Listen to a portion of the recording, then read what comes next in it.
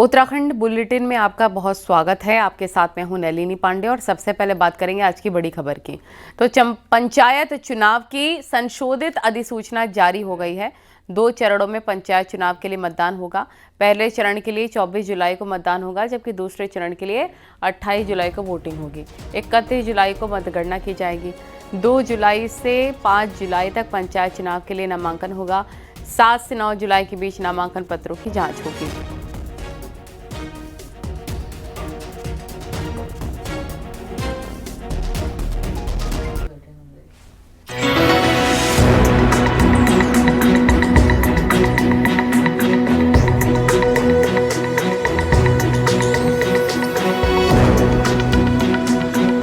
उत्तराखंड में पंचायत चुनाव लड़ने वालों ने शनिवार को राहत की सांस तब ली जब निर्वाचन आयोग ने दोबारा तारीखों का ऐलान किया।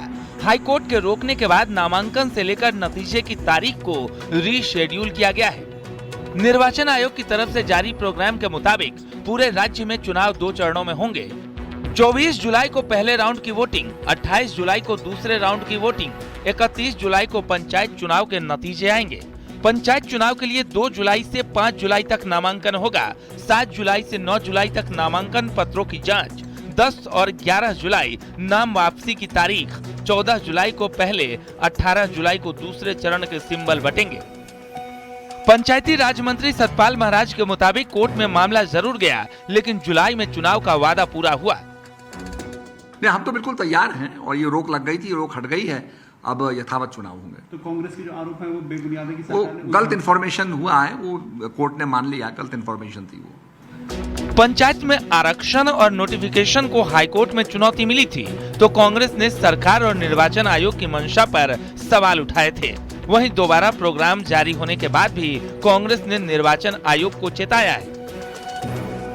चुनाव तो होना ही था, लेकिन राज्य की जो निर्वाचन एजेंसी है, राज्य निर्वाचन आयोग, उससे मैं कहना चाहते हैं कि पारदर्शी चुनाव होना चाहिए।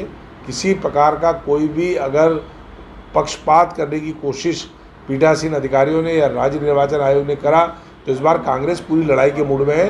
हम बूथ स्तर तक लड़ाई लड़ने को तैयार हैं। हरिद्वार छोड़कर प्रदेश के 12 जिलों में पंचायत चुनाव का बिगुल बज चुका है और जुलाई के पूरे महीने पंचायत चुनाव की सियासत गरमाई रहेगी। हालांकि इस बात का डर भी है कि कहीं बारिश निर्वाचन आयोग और उम्मीदवारों की मुसीबत न बढ़ा दे। दीपांकर भट्ट, न्यूज़ 18, देहरादून।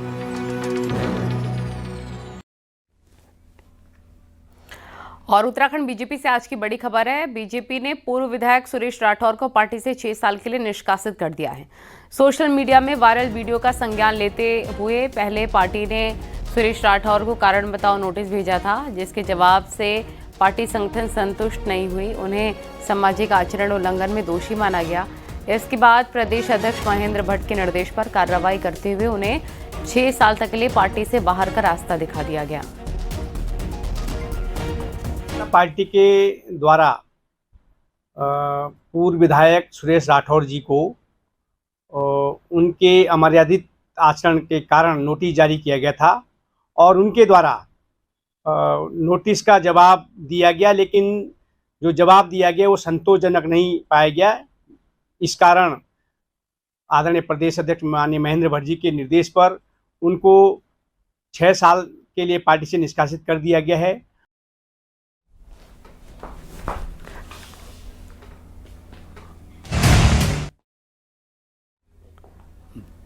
बागेश्वर के कपकोट में भारी लैंडस्लाइड हुआ है। भानी में पहाड़ी दरकी है और पहाड़ी से भारी मलबा नदी में गिरा है।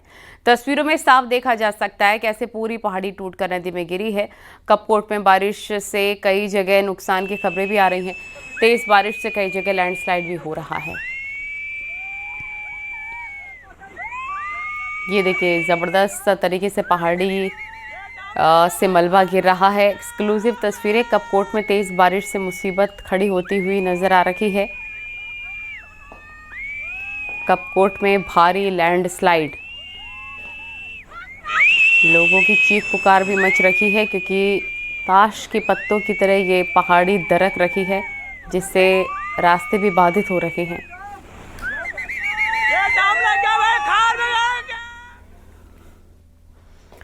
रुद्रप्रयाग में तेज बारिश के बाद केदारनाथ हाईवे सोनप्रयाग के पास 2 जगहों पर लैंडस्लाइड हुआ है, जिससे कि सड़क बंद है।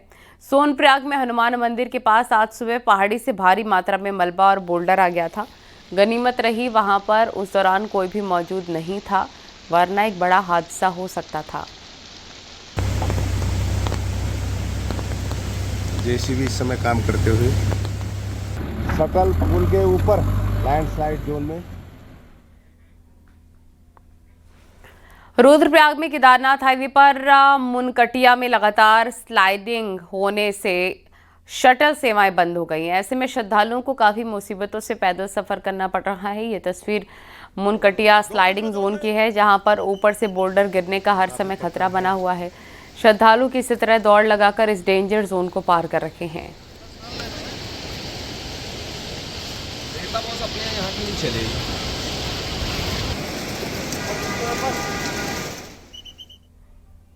उत्तरकाशी में गंगोत्री यमुनोत्री हाईवे मलबा और पत्थर आने से बंद हो गया। गंगोत्री हाईवे नेताला, बिशनपुर, लालडांग, हेलगुगाड़ के पास बंद है। वहीं यमुनोत्री हाईवे पालीगाड़ के पास मलबा आने से बंद हो गया है। बीआरओ और पीडब्ल्यूडी हाईवे खोलने में जुटी हुई है।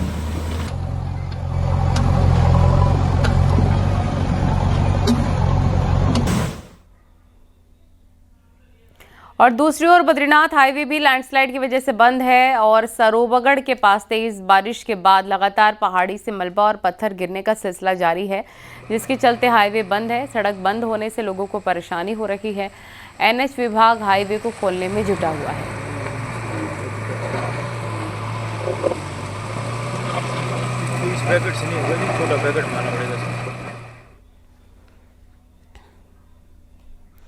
और बागेश्वर के कपकोट में लगातार हो रही भारी बारिश ने जनजीवन को पूरी तरह से अस्त व्यस्त कर दिया है। पहाड़ी से मलबा आने से हाईवे और 35 से ज़्यादा सड़कों पर ट्रैफिक पूरी तरीके से ठप हो चुका है और कपकोट में कई घरों में मलबा घुस गया है, जिससे लोग परेशान हैं। सड़कों को खोलने का काम भी किया जा रहा है।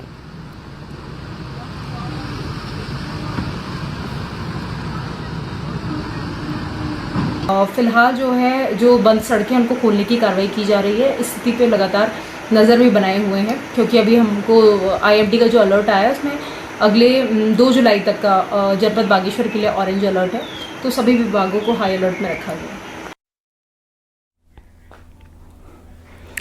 बागेश्वर में भारी बारिश के चलते सरयू नदी का जलस्तर तेजी के साथ बढ़ रहा है। नदी अपने उफान पर है। नदी का रौद्र रूप देखकर आसपास बसे लोग दहशत में हैं। जिला प्रशासन और आपदा प्रबंधन की टीमें अलर्ट मोड पर हैं। लोगों से अपील की गई है कि वो नदी के पास ना जाएं।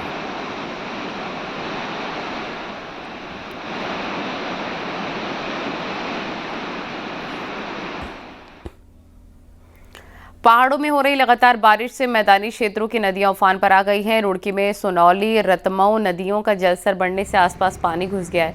नदी किनारे खेतों में भी किसानों की फसल बर्बाद की कगार पर पहुंच गई है। प्रशासन ने लोगों से नदी किनारे से हटने की अपील की है, ताकि कोई बड़ी घटना ना हो।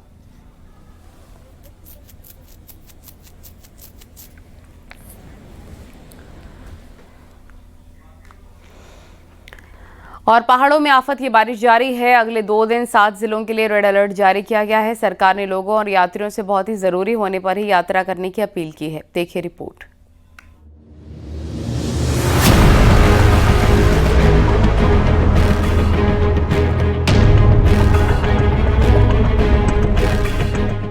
रविवार से मंगलवार तक ज्यादातर जिलों में बारिश कहर बनकर टूट सकती है। मौसम विभाग की चेतावनी ने सरकार तक की टेंशन बढ़ा दी है, तो खुद मुख्यमंत्री को आगे आकर लोगों से अपील करनी पड़ी है। दरअसल रविवार और सोमवार को प्रदेश के 8 जिलों में भारी से भारी बारिश हो सकती है, जिनमें 7 जिलों के लिए बारिश का रेड अलर्ट जारी किया गया है, जिनमें देहरादून, टिहरी, पौड़ी, नैनीताल, हरिद्वार, उधम सिंह नगर और चंपावत शामिल हैं। बागेश्वर के लिए ऑरेंज अलर्ट जारी किया गया है, जबकि मंगलवार यानी 1 जुलाई को इन सभी जिलों के लिए ऑरेंज अलर्ट है। वहीं उत्तरकाशी, चमोली, रुद्रप्रयाग, अल्मोड़ा, पिथौरागढ़ के लिए येलो अलर्ट है। मतलब ये कि 8 जिलों में अगले 3 दिन लोगों को सतर्क और सुरक्षित रहने की जरूरत है। जहाँ तक हैवी रेन्स की बात है, तो उसमें हमने उत्तरकाशी, चमोली और रुद्रप्रयाग, साथ ही बागेश्वर में हैवी से वेरी हैवी, और इसके साथ साथ देहरादून है, नैनीताल है, चंपावत है, उसमें रखा है कि अगले 24 आवर्स में इनमें एका दुक्का जगहों में हैवी रेन्स होंगी। हल्की से मध्यम बारिश तो ज़्यादातर जगहों में है। और इसके साथ साथ जो वेरी हैवी रेन है वो बागेश्वर में रखा गया, उसको ऑरेंज में रखा गया, बाकी जगह येलो में वार्निंग को रखा गया है।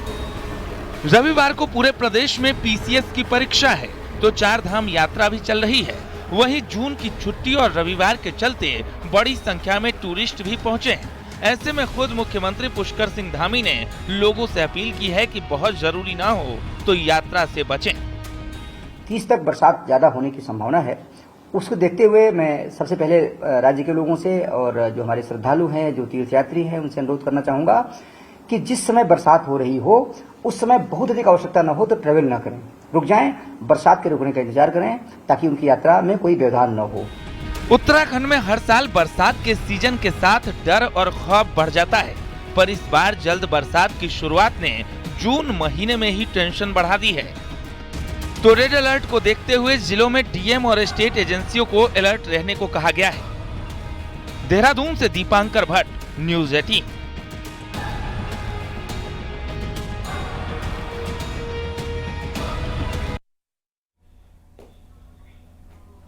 देहरादून में एक पेड़ मां के नाम अभियान को आगे बढ़ाते हुए सीएम पुष्कर सिंह धामी ने पौधा लगाया है। अपनी मां बिशना देवी के नाम पर उन्होंने मुख्यमंत्री आवास में ये पौधा लगाया। इस दौरान उनकी मां भी साथ में मौजूद रही हैं और सीएम ने कहा है कि ये अभियान मां के लिए श्रद्धा और प्रकृति के प्रति हमारी जिम्मेदारी का प्रतीक है।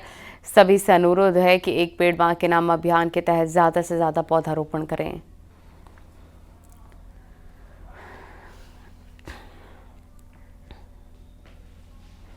सीएम पुष्कर सिंह धामी शनिवार को ओएनजीसी में आयोजित all India oil sector meet में पहुंचे हैं और सीएम ने यहां पर कहा कि प्रधानमंत्री नरेंद्र मोदी के कार्यक्रम में पेट्रोलियम और नेचुरल गैस सेक्टर मजबूत हुआ है, जिसका फायदा पूरे देश को मिला। सीएम ने कहा कि देश में कच्चे तेल का 70% और नेचुरल गैस का 84% उत्पादन ओएनजीसी कर रही है, जो कि एक बड़ी उपलब्धि है। आदरणीय प्रधानमंत्री जी के बनने के बाद पूरी दुनिया के अंदर प्राकृतिक गैस और ऑयल के क्षेत्र में हमारे देश ने अनेक अनुसंधान के काम, अनेक रणनीतिक साझेदारियां दुनिया के देशों के साथ की है और ऑयल के क्षेत्र में बहुत अच्छा काम ओएनजीसी के माध्यम से भी हो रहा है। और आज ये ऑयल मीट यहाँ पर आयोजित की गई है, इसमें पूरे देश भर के लोग यहाँ आए हैं। निश्चित रूप से इस मीट के होने के बाद और हमारे देश के उत्पादन के क्षेत्र में, तेल और गैस के अनुसंधान के क्षेत्र में और प्रगति होगी। कांवड़ मेले से पहले हरिद्वार में प्रशासन ने अवैध अतिक्रमण के खिलाफ कड़ी कार्रवाई शुरू कर दी है। शनिवार सुबह डीएम ने नेतृत्व में पहुंची प्रशासन की टीम ने मेला नियंत्रण भवन के पास स्थायी और अस्थायी अतिक्रमण पर बुलडोजर चलवाया। उसके बाद हर की पैड़ी पर पहुंचकर अवैध दुकानों को भी हटाया गया। सीएम धामी के निर्देश के बाद हरिद्वार जिला प्रशासन अवैध अतिक्रमण के खिलाफ और भी सख्त हो गया है। तो यहाँ पर लगातार शिकायतें प्राप्त हो रही थी, काफ़ी गंदगी थी, सफाई व्यवस्था थोड़ी चरमरा सी गई थी। यात्रा सीज़न भी चल रहा है बारिश की वजह से, तो एक तो उसका पूरा निरीक्षण किया गया और माननीय मुख्यमंत्री जी के निर्देश थे कि जो हमारा प्रॉपर हर की पौड़ी और इसके आसपास का मेला एरिया है, अभी कांवड़ यात्रा भी शुरू होने जा रही है, उसके क्रम में साफ़ सफाई अच्छी हो, तो उसके क्रम में एक तो टीम्स को तैनात किया गया है। आगे हम अभी एक आज प्लान भी बनाएंगे जिसमें लगातार मॉनिटरिंग हो, ऐसा ना हो कि एक दिन की सफाई हो और फिर कचरा आ जाए, तो मॉनिटरिंग के लिए एक सिस्टम बना रहे हैं। उत्तरकाशी के सियूड़ा गांव में गुलदार की चहलकदमी से लोगों में दहशत है। गांव के पास गुलदार दिखाई दे रहा है जिससे लोग खौफजदा हैं। गांव के लोगों ने वन विभाग से जल्द गुलदार को पकड़ने की मांग की है।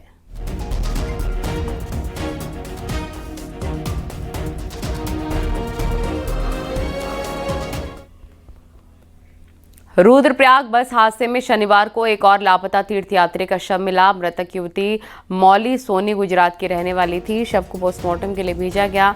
वहीं हादसे में लापता 7 लोगों की अभी भी तलाश जारी है। आपको बता दें, गुरुवार को मिनी बस अलकनंदा नदी में गिर गई थी, जिससे अब तक कुल 5 लोगों की मौत हो गई है, जबकि 8 तीर्थयात्री अभी भी लापता हैं। वहीं रुद्रप्रयाग के डीएम ने भी शुक्रवार को हादसे वाली जगह पर जाकर निरीक्षण किया।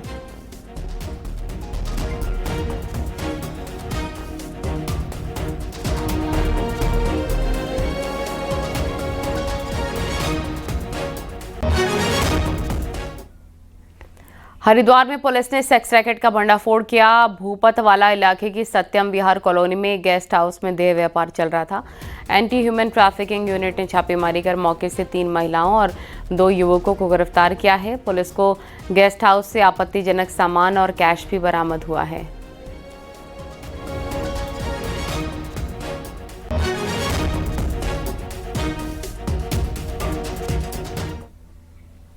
उत्तराखंड एसटीएफ ने नकली दवाइयों के बड़े नेटवर्क का भंडाफोड़ किया। एसटीएफ ने गिरोह के मुख्य सरगना को गिरफ्तार कर कई अहम सुराग भी जुटाए हैं। एसटीएफ ने पहले देहरादून के सिलाकोई इलाके से आरोपी संतोष कुमार को अरेस्ट किया। आरोपी के पास से कई कंपनियों के नकली रैपर, बॉक्स और क्यूआर कोड बरामद हुए हैं। पूछताछ में आरोपी ने खुलासा किया कि वो राजस्थान में अक्षय नाम के व्यक्ति को ये नकली सामग्री बेचता है। इसके बाद एसटीएफ ने राजस्थान से नेटवर्क के मास्टरमाइंड अक्षय को गिरफ्तार किया। एसटीएफ का कहना है कि इनका नेटवर्क पूरे देश में फैला है, जिसे ध्वस्त करने के लिए एसटीएफ की टीमें अलग अलग राज्यों में दबिश दे रही हैं।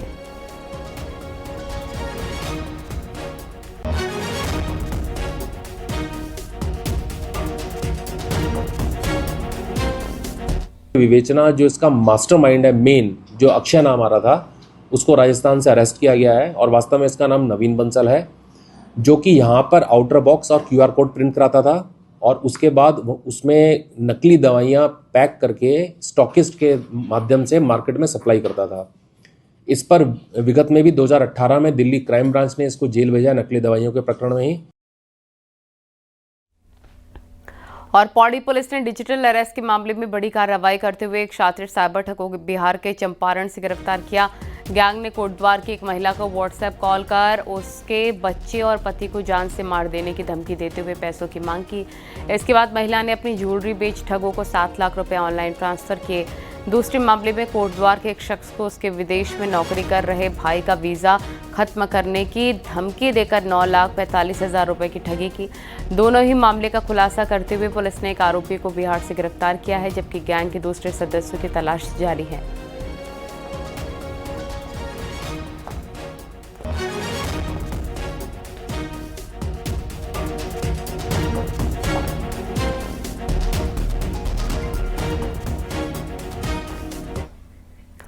अब आपको दिखाते हैं पहाड़ टॉप 10 न्यूज।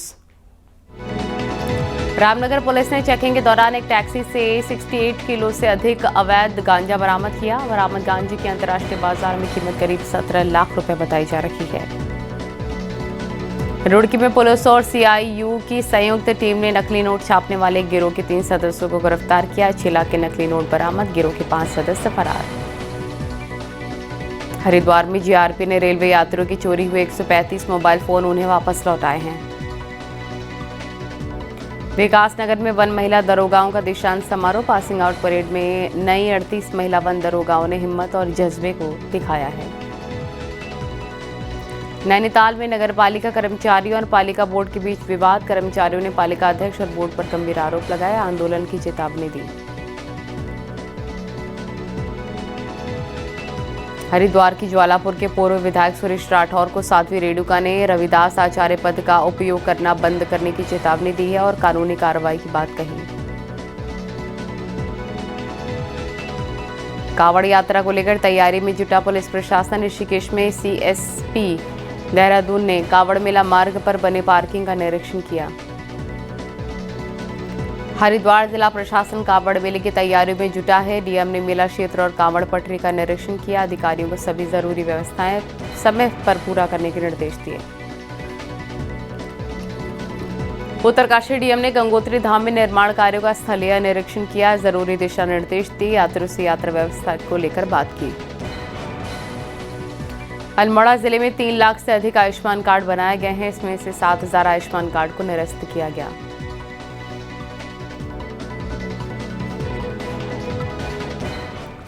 हरिद्वार में कावड़ मेले की उल्टी गिनती शुरू हो गई है। प्रशासन और सुरक्षा एजेंसियां पूरी तरीके से सतर्क हैं और अब एसडीआरएफ ने भी अपनी तैयारी को अंतिम रूप देना शुरू कर दिया है। देखिए रिपोर्ट।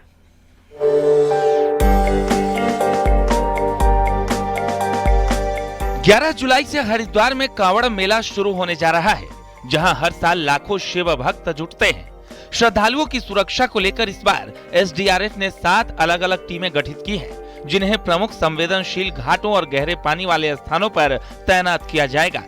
इन टीमों की तैनाती कांगड़ा घाट पुल पर 2 स्थानों पर बैरागी कैंप, प्रेमनगर, आश्रम, नौघाट राम झूला, नीलकंठ मंदिर और ढालवाला जैसे पॉइंट पर की जाएगी। 4 सब टीम्स हम लोग की डेप्यूट होंगी हरिद्वार में और 2 जगह पर डेप्यूट करेंगे पौड़ी जिले में और 1 जगह पर टिहरी जिले में डेप्यूट करेंगे।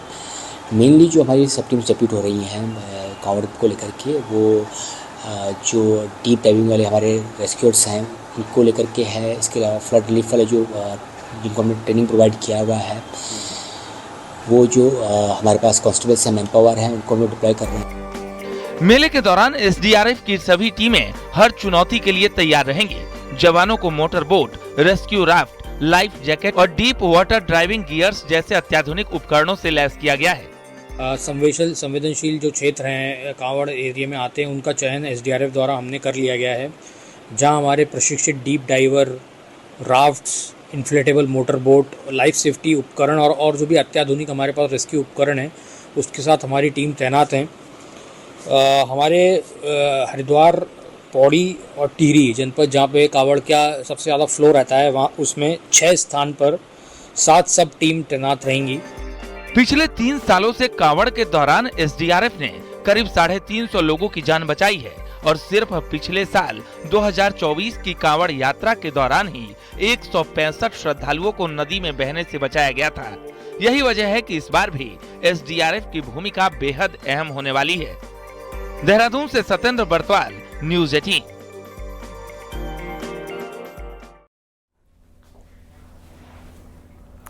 मुरादाबाद से घूमने के लिए रामनगर आए 4 दोस्तों की कार हादसे का शिकार हो गई। शनिवार देर रात टांडा के पास बेकाबू होकर कार डिवाइडर से टकरा गई, जिसमें एक की मौके पर मौत हो गई जबकि 2 लोग गंभीर रूप से घायल हो गए। आनन फानन में लोगों ने सभी घायलों को अस्पताल पहुंचाया, जहां उनका इलाज जारी है। और अब जब चारों युवक अपनी बलेनो कार से रामनगर की ओर आ रहे थे, कार में सवार युवक आदित्य ठाकुर, ध्रुव, अभय और एक अन्य दोस्त मुरादाबाद से निकले थे। रामनगर पहुंचने से पहले टांडा के पास उनकी कार अनियंत्रित होकर डिवाइडर से टकरा गई। सूचना मिलने पर पुलिस पहुंची। आदित्य नाम है, टांडा रोड है बता रहे थे, उसके आसपास। कितने लोग गाड़ी में बैठे? 3-4 लोग तो शायद, पता नहीं है, और मुरादाबाद के रहने। गाड़ी 4 पहिया थी, एग्जैक्ट मॉडल नहीं पता है फिलहाल। खबरें जा रही हैं, रुकेंगे बहुत ही छोटे से ब्रेक के लिए।